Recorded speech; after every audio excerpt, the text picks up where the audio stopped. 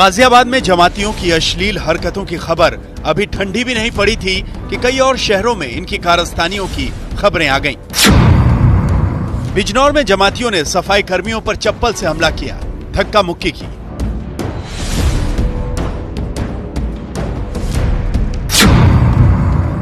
Indonesia के जमातियों ने खाने में अंडा ना मिलने पर जमकर बवाल काटा।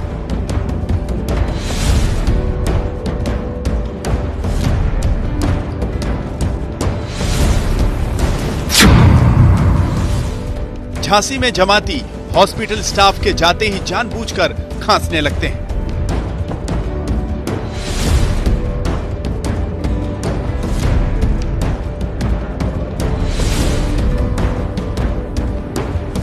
ऐसे रवैये ने उन स्वास्थ्य कर्मियों की परेशानी और बढ़ा दी है जो अपनी और अपने परिवार की जान को जोखिम में डालकर दिन रात इनकी खातिर कोरोना से जंग लड़ रहे हैं। कल यूपी के मुख्यमंत्री योगी आदित्यनाथ ने इन पर रासुका लगाने की चेतावनी दी तो आज एमएनएस के चीफ राज ठाकरे ने विवादित बयान दे दिया कि इन्हें गोली मार देनी चाहिए।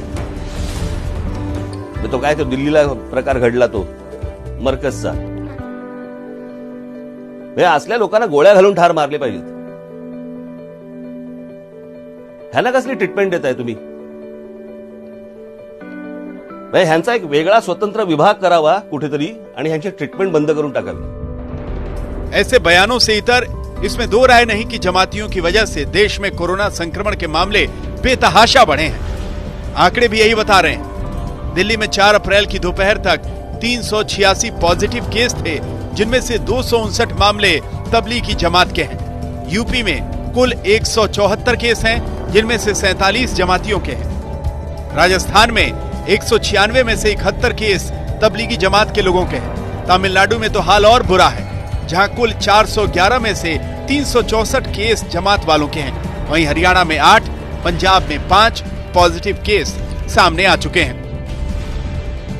कि अब तक तबलीगी जमात से रिलेटेड केसेस हमें 17 स्टेट से मिले हैं।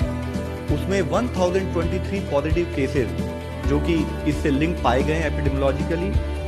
अब तक हमारे देश में जो टोटल केस आए हैं उसमें से करीब 30% case 30% cases are link to one particular place where we could not sort of understand it and manage it. इसीलिए मैं आप सबसे कहूंगा कि हम हर लेवल पर हमारा एक ही एफर्ट होना चाहिए कि हमारे एक्शन स्ट्रिंजेंट हों, हमारे एफर्ट्स कोऑर्डिनेटेड हों।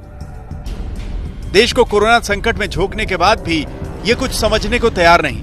झांसी के अस्पताल में भर्ती ये जमाती न केवल स्टाफ के जाने पर खांसने लगते हैं, बल्कि मना करने के बावजूद एक साथ बैठकर खाना खाते हैं और पास पास बैठकर नमाज पढ़ते हैं। उधर बिजनौर में इंडोनेशिया के 8 जमाती हॉस्पिटल स्टाफ से धक्का मुक्की पर उतर आए, उन्हें चप्पलों से पीटने की कोशिश की।